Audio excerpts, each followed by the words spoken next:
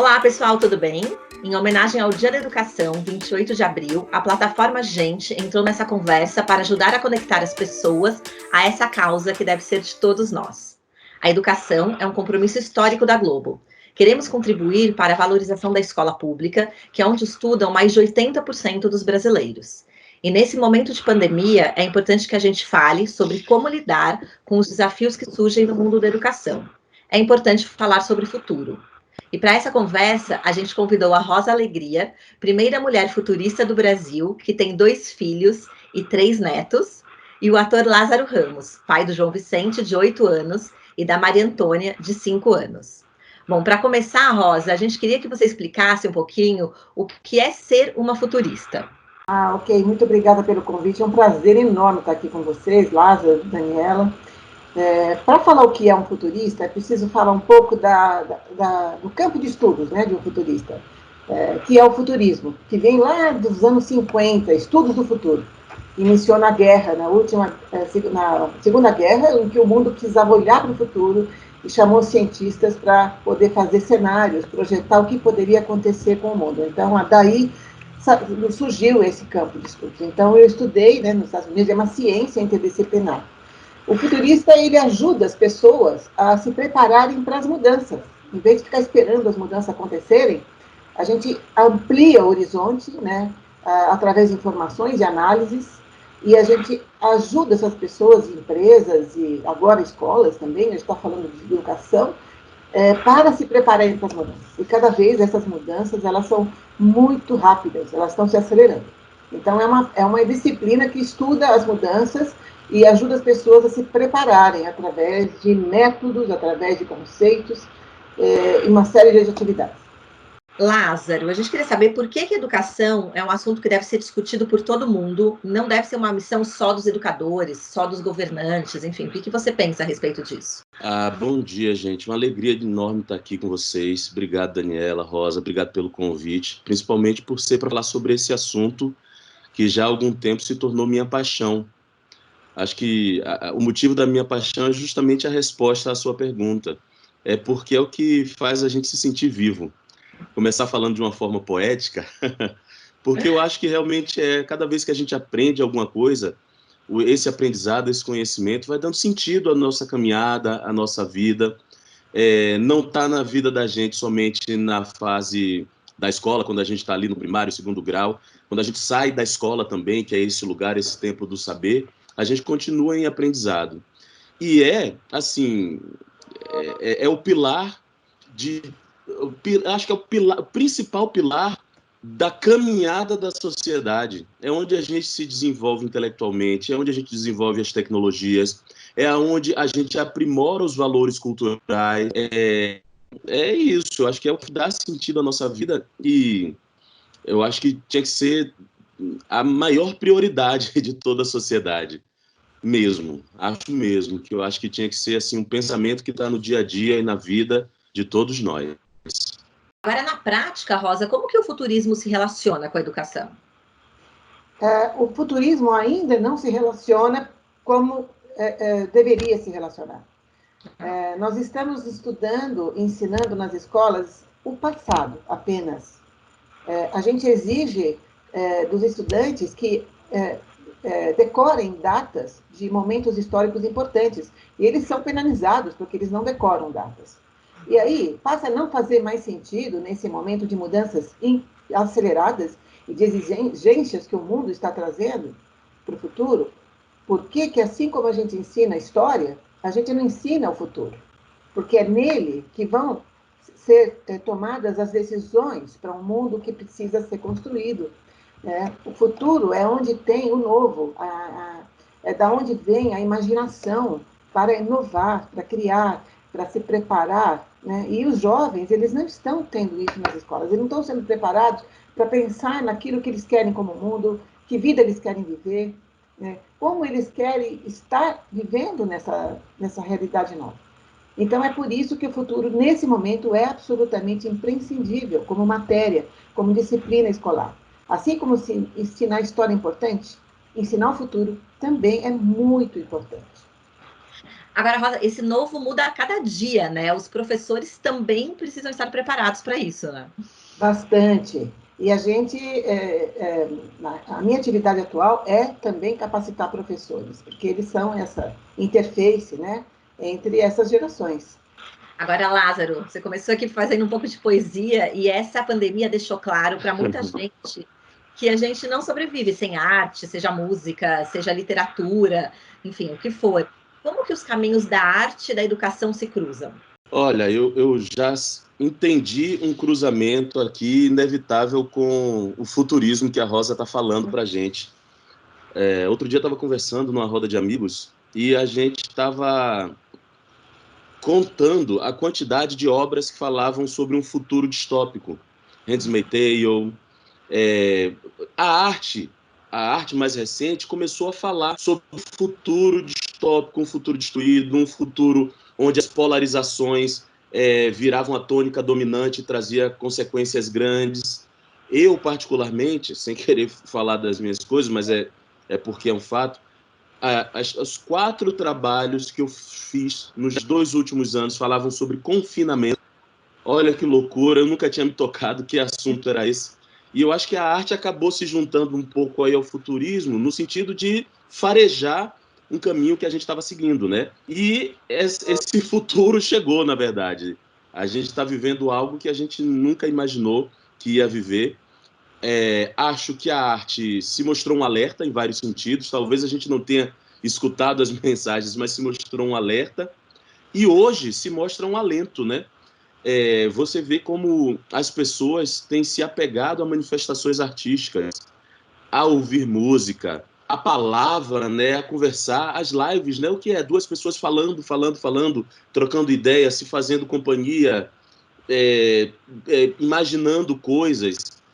Essas todas são expressões artísticas. Eu acho que se nesse momento tem algo que a gente pode tirar de bom, é reafirmar esse valor da arte, é reafirmar o sentido que a arte tem nas nossas vidas, e que é de acolhimento, que é de reflexão, que é de entretenimento, para às vezes a gente esquecer a dureza do nosso dia a dia.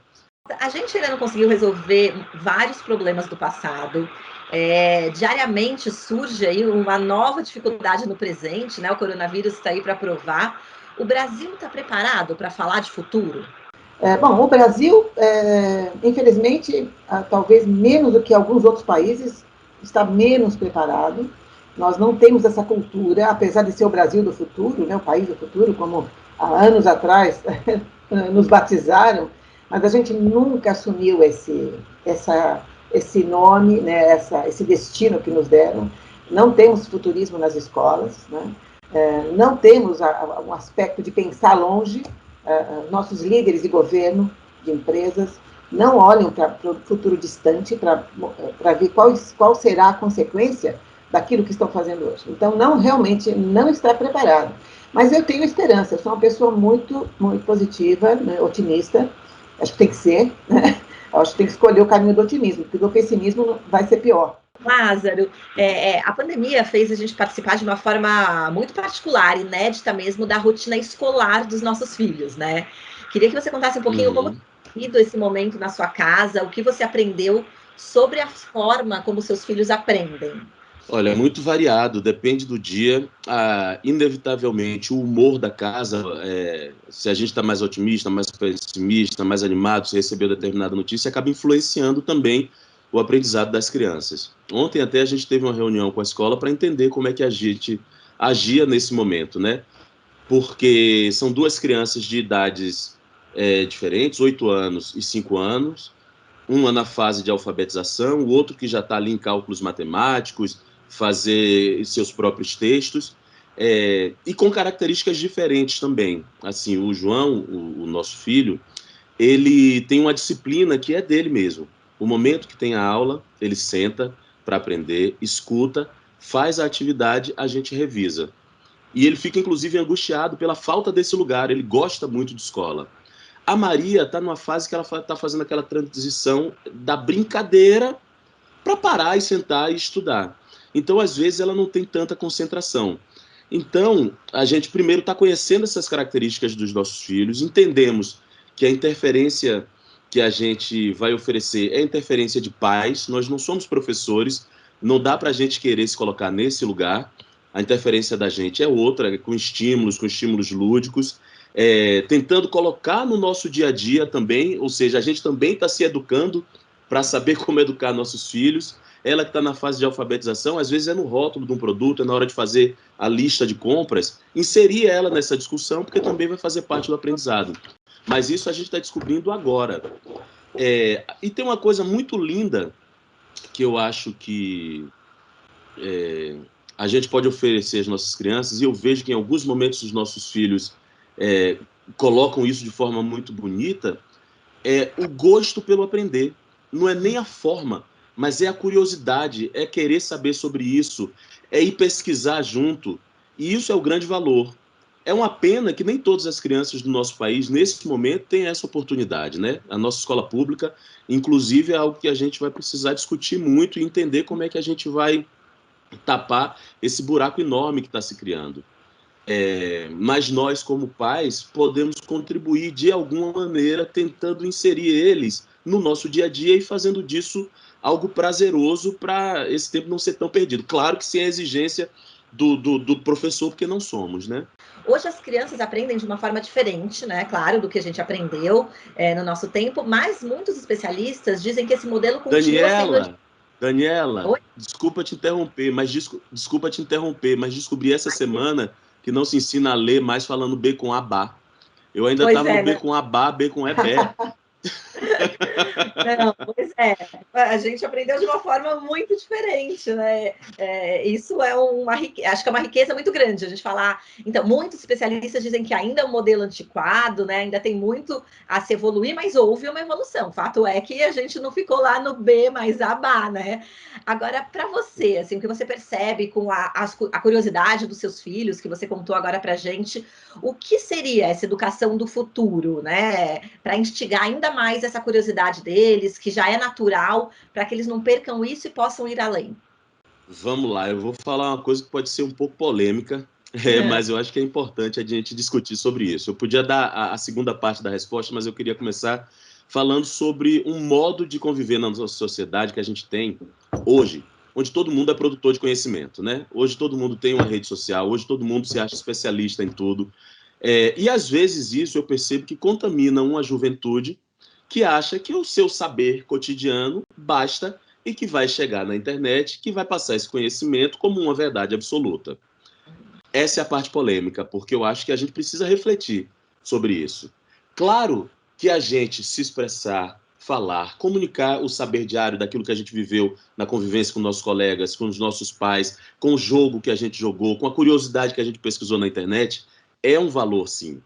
Mas tem detalhamentos do conhecimento que são importantes da gente manter, né? É a pesquisa, é a estatística, é a leitura dos livros que já foram escritos sobre determinados assuntos. Isso tudo vai nos preenchendo.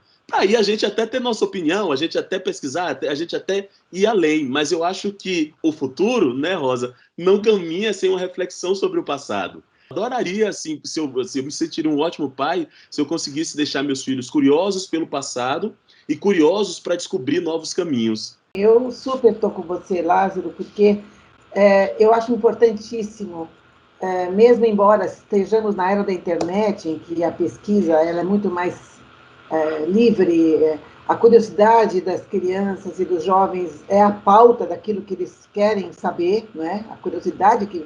Mas a gente não pode perder o lastro. Sempre aquilo que a gente tem hoje como uma teoria, como um conceito, veio de lá de trás, né? Veio de um pensamento original. O que a gente não pode fazer acontecer é correr esse risco de perder a origem desse pensamento. A gente tem muita coisa hoje, a vida se explica muito através da origem dos filósofos antigos. Então, o risco que a gente corre nessa horizontalidade do ensino e da comunicação é perder essa origem. Por outro lado, acho importantíssimo a gente respeitar o grau de intensidade dessa curiosidade que o Lázaro falou para aprender. Nós não podemos impor mais aqueles conteúdos goela abaixo de uma forma tão vertical. Nós temos que trazer um pouco mais de equilíbrio entre o que eles querem aprender, o que os move, o que faz sentido para eles, e trazer essa completude. de aprofundar o conhecimento, mas não impor conteúdos. Hoje nós estamos num momento, o mundo precisa de muitas habilidades para a gente criar modelos novos, muito mais do que conteúdos. Conteúdos vazios e impostos não vão levar a muita coisa, é isso que eu acho. Mas realmente, Lázaro, acho que a gente precisa respeitar aquilo que veio lá de trás. E a gente está correndo risco de perder nesse mundo da internet. E Rosa, queria que você aproveitasse e explicasse para a gente o que é o Teach the Future. Teach the Future é um movimento futurista, né, pautado no futurismo, envolvido com a educação. Ou seja, a nossa missão, o nosso propósito é inserir os estudos do futuro dentro das escolas de ensino médio e ensino superior. Principalmente o ensino médio, porque as pessoas ainda não escolheram a profissão. Então, as escolas ainda estão ensinando jovens para profissões que não vão existir mais. 70% das profissões daqui a 20, 30 anos não vão existir mais. Além do que, com métodos antigos, muitas escolas, métodos bastante obsoletos, e para resolver soluções, problemas, na verdade, que a gente nem sabe quais são, principalmente agora. Quais são os problemas que nós vamos enfrentar depois dessa pandemia? Então, é preciso remodelar isso. Isso está na pauta da agenda mundial, já estão preocupados com isso, a OECD, por exemplo. Né? Então, o Teach the Future está engajado com isso. Preparar os jovens para esse futuro, fazer com que eles se apropriem do futuro. E foi fundado pelo Peter Bishop, que é um professor de futuristas muito, muito conhecido no mundo. Ele se aposentou e disse assim, agora o que eu vou fazer da vida? Eu preciso ensinar as novas gerações. Então, ele fundou esse movimento em 2014, e eu estou aqui no Brasil, nessa rede, nesse apoio, fazendo com que as escolas realmente vejam a importância disso. Agora, como que a gente aplica esse modelo em um país tão grande, tão diverso como o nosso? Como que a gente lida com a falta de recursos básicos, né? Tem locais que a gente tem dificuldade de energia, de conexão de internet, de ter mesmo o computador. Como que a gente espalha isso pelo Brasil? Sem dúvida nenhuma, a tecnologia ela é muito importante. E ela realmente, a carência dela pode dificultar um processo evolutivo. Mas acho que mais importante que a tecnologia uma outra tecnologia mais importante é a humana, é a imaginação, o campo da criatividade que existe em cada jovem, principalmente nas crianças. Não adianta uma escola ter uma série, uma parafernália de máquinas, né, impressora 3D, uma série de artefatos de inteligência artificial, realidade virtual, se a imaginação das crianças não está sendo respeitada ou não está sendo cultivada. Então, o que eu vejo é que as escolas ainda, uma grande parte delas, né, eu queria a maioria delas, não cria espaços de aprendizagem que acolhem essa imaginação. Imaginação que vem das crianças pequenas, de 3, 4, 5 anos. A gente, com adulto, perdeu, a gente fica com vergonha de falar coisas que a gente acha meio ridículas, né, absurdas. As crianças não têm esse medo. E é nesse campo do absurdo, entre aspas, né, e do ridículo que a gente acha que é adulto, é que está o novo. Então, a escola precisa valorizar, claro que tecnologia é importante, mas antes disso, em lugares que não têm esse recurso, certamente tem muita riqueza. E nesse momento é até uma dúvida grande dos pais, né? O quanto eu conto o que está acontecendo no mundo, o quanto eu blindo meu filho. Claro que eles não devem. Eu gosto muito de lembrar da Vida é Bela, do filme, né? A gente não vai colocar crianças numa bolha, mas também não precisa ser tão pesado para elas, né? Até para que elas possam ter essa projeção de um futuro mais otimista. Lázaro, eu queria que você contasse aí na prática como é falar sobre esses assuntos com seus filhos, a pandemia, o futuro, os medos e como você também estimula a criatividade deles. Eu sabia que essa pergunta ia chegar e aí eu abri aqui porque Thaís ela fez uma seleção das frases deles que eu acho que revelam muito como o que é que eles estão sentindo e entendendo. Eu achei muito legal ela ter feito esse registro, então para mim essa resposta vem com a palavra deles. João, nosso filho, falou assim: mãe, eu estou fazendo as contas para fazer uma máquina do tempo. Vamos voltar para o passado, porque a gente errou muito, né, mãe? Aí vai dar para consertar tudo. Genial. João falou também assim: não fala esse coronavírus. Não fala o coronavírus, fala esse coronavírus, porque senão ele nunca mais vai passar. Olha como são. Muito As bom. coisas. Eles, assim, a gente particularmente não assiste notícia do lado deles, a gente filtra. Isso, na verdade, já era uma coisa que tinha anteriormente. A gente vê as notícias e passa se for alguma coisa que eles tenham que saber. Por exemplo, higiene. Falar sobre higiene é um tema importantíssimo e independe, inclusive, desse momento que a gente está vivendo, né? A maneira de lavar as mãos, a proteção. E eles também vão oferecendo repertórios e que quando a gente às vezes silencia e ouve um pouquinho mais, a gente entende o processo. É uma cabeça que está um pouquinho mais fresca do que a nossa. A gente não está antecipando as coisas, mas a gente está conversando na linguagem deles e sem antecipar muitos assuntos. E a criatividade não é todo dia que dá para ser criativo, não. E também eu estou achando que é bom, porque não saber o que fazer também faz parte da vida, e eles também vão encontrando o que é que eles vão fazer. A gente não se obriga todos os dias a inventar uma grande brincadeira, aquele escorregador na escada, ou uma coisa do lençol. Tem dia que não tem alternativa e eles se viram um pouco sozinhos. Que eu acho até que é bom. Eu escrevi para Crescer até uma coluna sobre isso, sobre férias. Eu falei, gente, tentem nas férias algum dia não programar nada. A gente já passa o ano todo programando escola, aula de judô, aula de capoeira, o inglês, a criança fica cheia de atividade no fim de semana, tem que fazer, não sei o quê. Não, calma. Eu lembro que muitas vezes, quando eu era criança, eu ficava contemplando o universo. Às vezes não tinha o que fazer, eu estava ali, filosofando na minha cabeça de criança. Agora, nós adultos, né, sejamos pais ou professores, a gente vem de uma outra época, enfim, com uma outra cabeça. É preciso a gente reprogramar a máquina para não parar de aprender nunca? Sem dúvida, a gente vai viver muito tempo, né? Se a gente viver direitinho, se cuidar, a gente pode viver mais que 100 anos. Eu gostaria de viver até onde eu estiver bem. Adoraria que eu estivesse bem além dos 100 anos. A longevidade está aí. Até tem alguém no mundo que já vai viver 130 anos. Já existe pessoas no mundo que vão viver até essa idade. Então, gente, vivendo 130 anos, eu preciso fazer o quê? Preciso ter o sabor da vida. E um dos sabores da vida, para muitos, é aprender. Né? E você só porque você aprende uma coisa durante um tempo da tua vida, você não pode dizer eu sei. Porque esse saber ele tem que ser renovado. E até não só aprender, mas reaprender. Coisas que você achava que sabia, já não funcionam mais. Então, uma outra ordem é reaprender coisas. E olha só, uma coisa mais radical ainda, nesses novos tempos, é desaprender. Isso é mais difícil.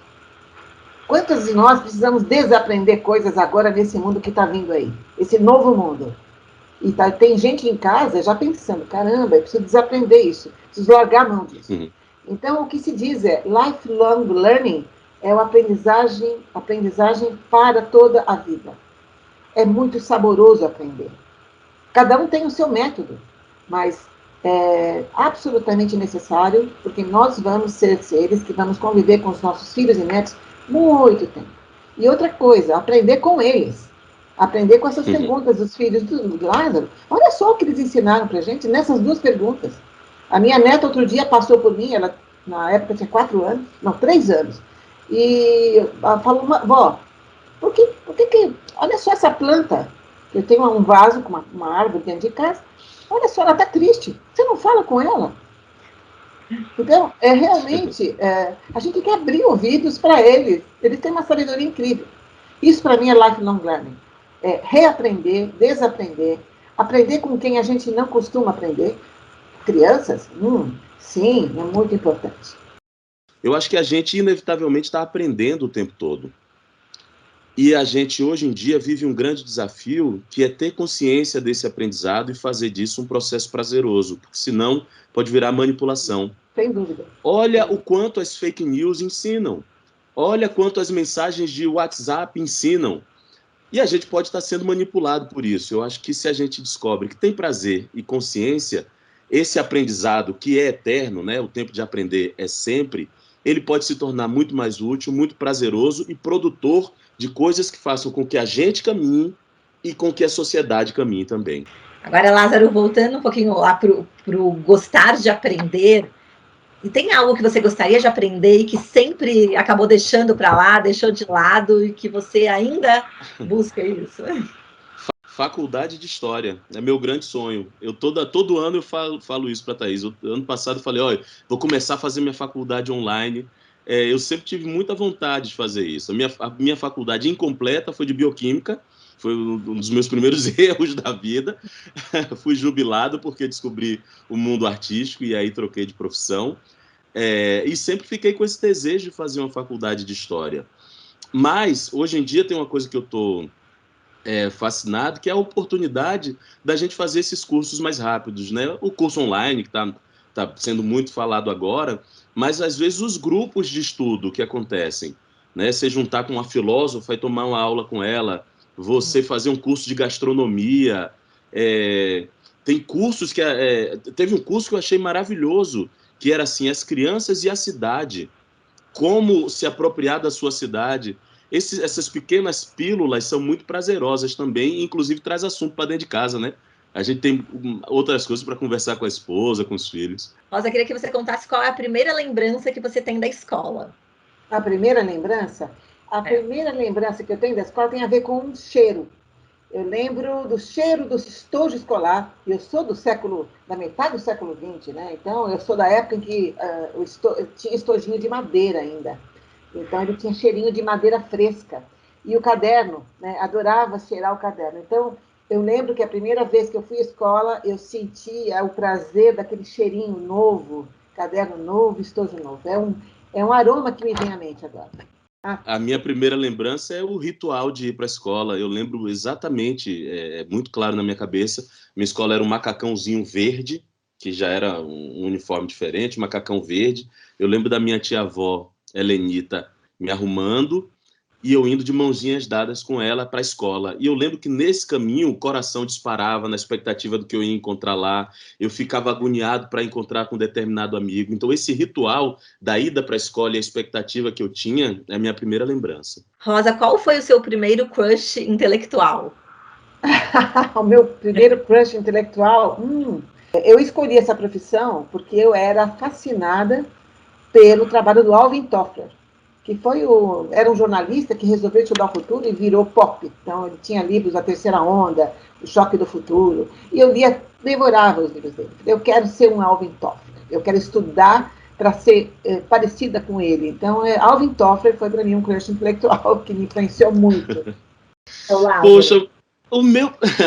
eu fiquei aqui pensando como responder isso, mas eu vou fazer uma escolha que é bem pessoal. Meu primeiro crush intelectual, na verdade, é um grupo de teatro. E aí, falando diretamente da minha profissão também. Um grupo de teatro popular lá da Bahia, chamado Bando de Teatro Lodum. Com 15 anos de idade, eu entrei para fazer uma oficina de teatro nesse grupo. Vi os atores de Salvador, atores locais, fazendo um tipo de teatro que eu nunca tinha visto.